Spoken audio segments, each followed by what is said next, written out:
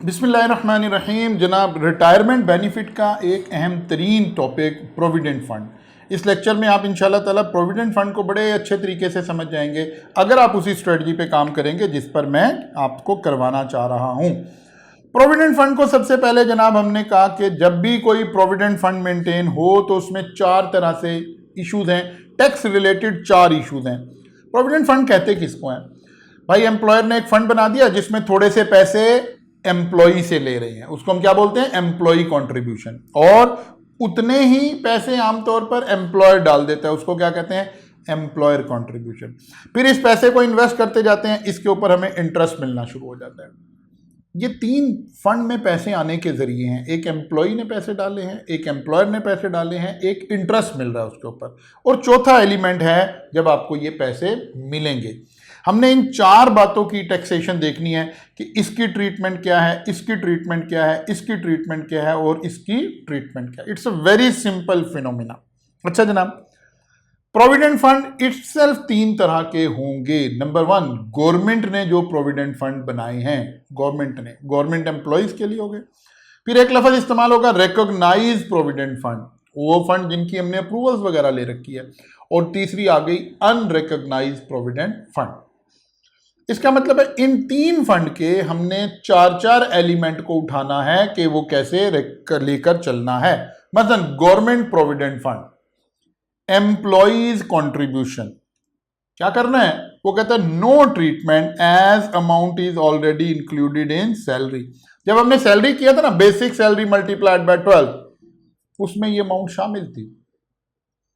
इसका मतलब है एम्प्लॉय की कंट्रीब्यूशन पर टैक्स लग चुका है। ये बात समझने की जरूरत है, ऑलरेडी लग चुका है। साथ साथ जैसे जैसे वो चल रहा है हर साल टैक्स लगे जा रहा है, इसलिए लिखा हुआ है नो ट्रीटमेंट, अब कुछ करने की जरूरत नहीं है। एम्प्लॉयर्स कंट्रीब्यूशन यानी गवर्नमेंट ने जो पैसे डाले हैं वो कहते हैं ये एग्जेम्प्ट है, कोई बात नहीं है। इन दोनों पैसों पर जो इंटरेस्ट मिला है वो कहते हैं ये भी एग्जेम्प्ट है। ये तीनों अमाउंट इकट्ठे होकर रिटायरमेंट के टाइम पर जब आपको मिली हैं वो कहते हैं ये भी एग्जेम्प्ट है।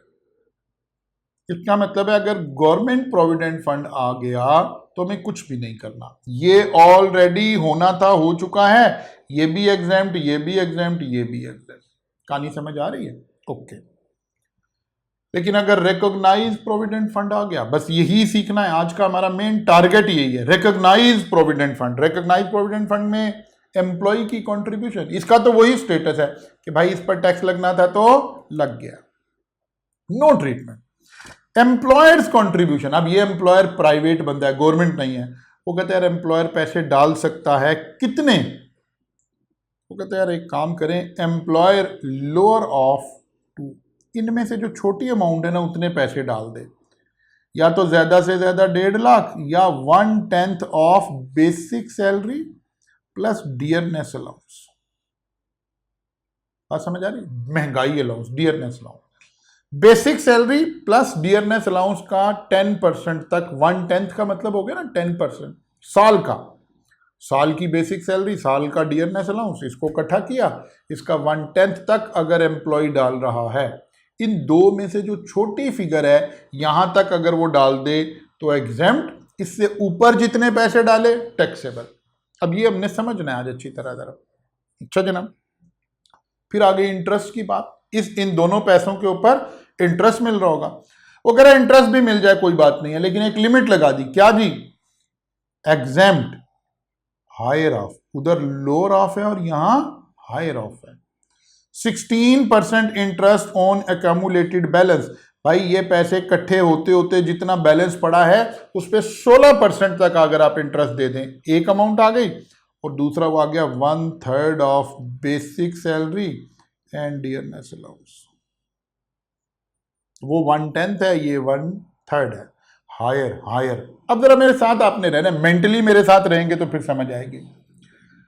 एम्प्लॉय की कंट्रीब्यूशन, उस पर अगर टैक्स लगना था तो लग गया है। एम्प्लॉयर की कंट्रीब्यूशन, अगर टैक्स लगना था तो लग गया है। इंटरेस्ट, अगर टैक्स लगना था तो लग गया। अगर का मतलब है एक लिमिट एक्सीड कर रहे हैं तो टैक्स लगेगा, नहीं कर रहे हैं तो नहीं लगेगा। तो भाई इस अमाउंट पे भी टैक्स लग चुका, इस पे भी लग चुका, इस पे भी लग चुका, तो जब हम रिसीव करेंगे, अब दोबारा टैक्स क्यों लगेगा, इसीलिए लिखा हुआ है कि जब पैसे मिलेंगे एग्जेम्प्ट, जब पैसे मिलेंगे एग्जेम्प्ट। सीखना क्या है, एक बात, वर्किंग कैसे करनी है, ठीक है ना, वर्किंग कैसे करनी है। अनरिकॉग्नाइज नहीं, अभी पहले मैं इसकी प्रैक्टिस आपको करवा दूं। देखिए जरा, स्लाइड रोककर कॉपी पेंसिल पकड़ के देखें। इन लेक्चर्स को मूवी की तरह ना देखें प्लीज, ठीक है ना। कॉपी पेंसिल लेके बैठे, कैलकुलेटर लेके बैठे, फिर काम करें। Basic salary of mister Kamran is 40,000 per month. Dearness allowance is 4,000 per month. Employee contribute in provident fund is 5,000 per month. अच्छा, इसमें मेरा ख्याल है हमने एरर भी था, देख लेते हैं। And the same amount is contributed by employer. Interest credited during the year is 18,000 at the rate of 18% per annum. Fund is recognized. अच्छा जनाब, सबसे पहला काम तो basic salary 40,000 multiplied by 12, 4,80,000। Dearness allowance 4,000 कर दें, ठीक है ना, 4,000 ही है, 4,000 डन होगी बात। अच्छा जी, employers contribution, employee contribution in provident fund, ये भी 4,000 ही कर दें, ठीक है ना, ये दोनों 4,000 ही है, ठीक है। अच्छा, एम्प्लॉई की कॉन्ट्रीब्यूशन नो ट्रीटमेंट। एम्प्लॉयर की कॉन्ट्रीब्यूशन पहले देखना है कॉन्ट्रीब्यूशन है कितनी, 4,000 मल्टीप्लाइड बाय 12, 48,000। अब देखना है जरा, बस यही सीखना है मेरे बच्चे, और कुछ नहीं है इसमें करने को। अब देखना है कितना अलाउड है। एम्प्लॉयर कॉन्ट्रीब्यूशन मैक्सिमम 1.5 लाख और 1/10 of salary plus dearness allowance. पहले तो इनका टोटल निकालना है हमने, हमारे पास होना चाहिए ना। अच्छा जी, एक फिगर है 1.5 लाख और दूसरी फिगर है 4,80,000 और 48,000, इनका 1/10, ये आ गया 52,800। लिमिट लिमिट लिमिट, इनमें से लोअर आप डाल सकते थे, 1.5 लाख नहीं डाल सकते इस एम्प्लॉय के लिए, 52,800 डाल सकते हैं। डाले कितने हैं, 48,000। लिमिट के अंदर अंदर ही कंट्रीब्यूशन किया है, नो ट्रीटमेंट। कहानी समझ आई है कि नहीं आई मेरे बच्चे, जरा ख्याल कर लें कि करना कैसे है। जितने पैसे एम्प्लॉयर ने डाले हैं उसे आउटर कॉलम में रख लें, फिर दो फिगर लेकर आए, एक 1.5 लाख और एक 1/10। इनमें से जो लोअर है वो माइनस कर दें। ये लिमिट थी, नहीं ये लिमिट थी, इतने पैसे डालने हैं तो लिमिट के अंदर अंदर रहकर डालने हैं, एग्जेम्प्ट। यही पढ़कर आए आप, यही पढ़कर आए आप, ठीक है ना, यही पढ़कर आए हैं मेरे बच्चे। जरा देखिए, यही नहीं था, एग्जेम्प्ट लोअर ऑफ, एग्जेम्प्ट यानी माइनस कर देंगे, लोअर ऑफ इनमें से छोटी रकम। डन हो गई बात, ओके। चलिए अभी क्या रहता है, इंटरेस्ट। अब इंटरेस्ट की कैलकुलेशन आ गई। इंटरेस्ट लिया कितना है, एक्चुअल इंटरेस्ट सबसे पहले उठाना है 18,000 क्वेश्चन में। अब इसकी लिमिट देखनी है, कैसे, एग्जेम्प्ट हायर ऑफ, बड़ी फिगर माइनस करनी है, नंबर 1। अच्छा, हमें इंटरेस्ट मिला है 18%, जरा गौर करें कहां लिखा हुआ है 18%, ये लिखा हुआ है 18,000 इंटरेस्ट मिला है 18% के हिसाब से। अब इसका एक फॉर्मूला ध्यान में रख लें जरा, इंटरेस्ट के लिए एक फॉर्मूला ध्यान में रख लें। करना क्या है, जितना इंटरेस्ट मिला होगा ना, ऐसे लिखता हूं, interest divided by rate multiplied by 16%। ये रेट जो मिला है इससे क्या निकल आया करेगा, बैलेंस, और जो अलाउड अमाउंट है ना वो निकल आएगी। कैसे, देखिए जरा, 18,000 divided by 18% multiplied by 16%। Interest इतना अलाउ है और दूसरा 1/3 ऑफ इतना। इनमें से जो बड़ी फिगर है वो उठा लें। बड़ी फिगर कौन सी है, 176, ये बाहर आ गई। तो भाई इंटरेस्ट भी अपनी लिमिट के अंदर अंदर दिया है तो कुछ भी ऐड नहीं होगा। पहले इंटरेस्ट की कैलकुलेशन सीख लें जरा, फिर मैं दोबारा बताता हूं। ये जब हमने डिवाइड किया ना, जो एक्चुअल इंटरेस्ट आपको मिला उससे डिवाइड किया तो बैलेंस निकल आया असल में। आप लिखें, पकड़े कैलकुलेटर, चले मैं भी आपके साथ ही पकड़ता हूं, ऐसे पकड़े, ऐसे कैलकुलेटर पकड़े जनाब। क्या आ गया जनाब, क्या लिखा जी, 18,000 डिवाइडेड बाय 18% यानी 0.18। इसका मतलब है आंसर आ गया 1 लाख। आपके पास बैलेंस कितना पड़ा हुआ है, 1 लाख रुपया। नहीं समझ आई, फिर समझे कैसे कैलकुलेट करें। इंटरेस्ट की अमाउंट को, जितना इंटरेस्ट मिला है वो जिस रेट पे मिला उससे डिवाइड कर दें तो ग्रॉसअप हो गई है ये फिगर। आपके पास इंटरेस्ट बैलेंस आ गया है।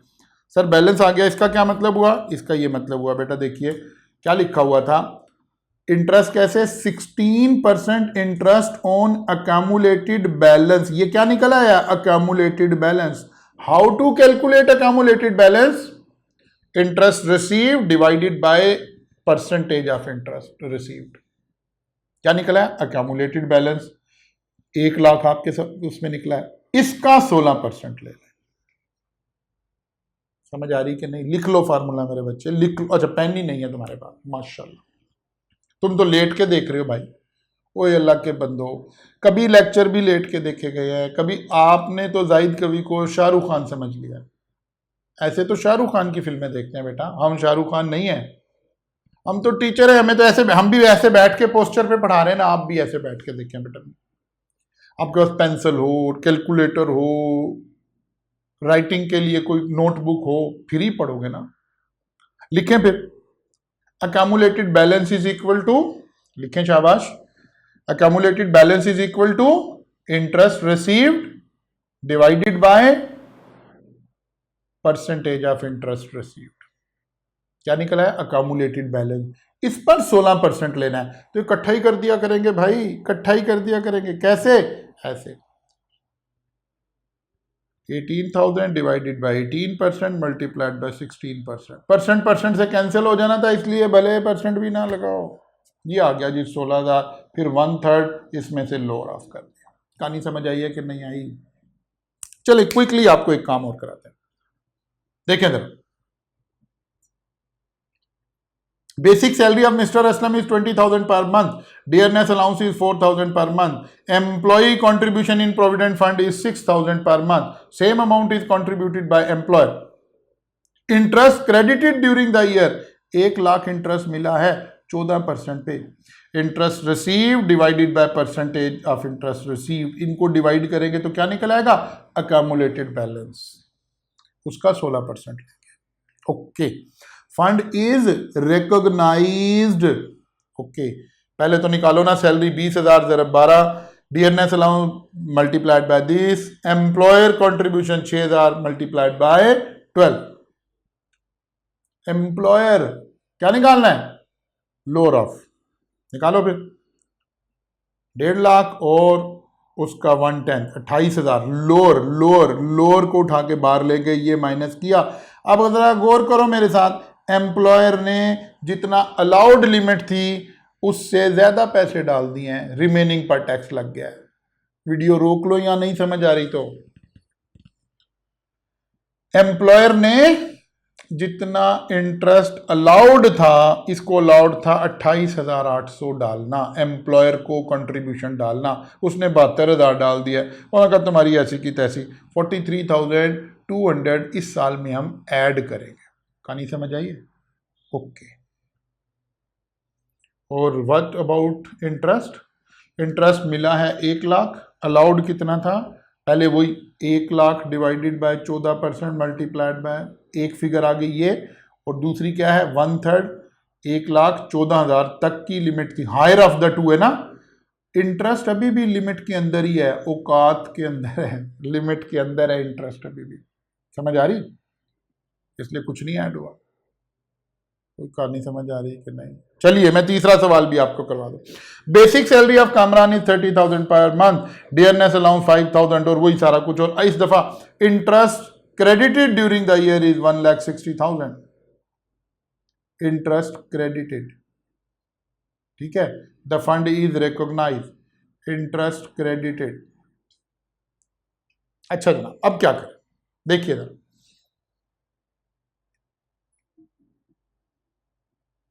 ऐड हो गया, इंटरेस्ट पर आए 1/3 ऑफ इंटरेस्ट क्रेडिटेड। किस रेट पर मिला कुछ नहीं गिवन था, तो हमने बस वो दूसरी ले ली 1/3, 1,40,000 विच एवर इज। अब इंटरेस्ट भी इतनी लिमिट थी मैक्सिमम, क्योंकि परसेंटेज तो गिवन नहीं है, ठीक है ना। परसेंटेज गिवन होती तो फिर हम वही 16% और 14% वाला काम करते, वो तो गिवन नहीं है। बात समझ आ रही है कि नहीं आ रही? ओके। अब क्या हुआ जनाब, इंटरेस्ट एक्सीड हुआ, जितना इंटरेस्ट एक्सीड हुआ वो भी शामिल हो गया। आज प्लीज, ये बड़ी अहम एडजस्टमेंट है, हर साल हर सवाल में ये आनी है, इसको सीख ले। इसके ऊपर कल एक बड़ा जबरदस्त सा और क्वेश्चन करवाऊंगा इंशाल्लाह ताला। Best of luck.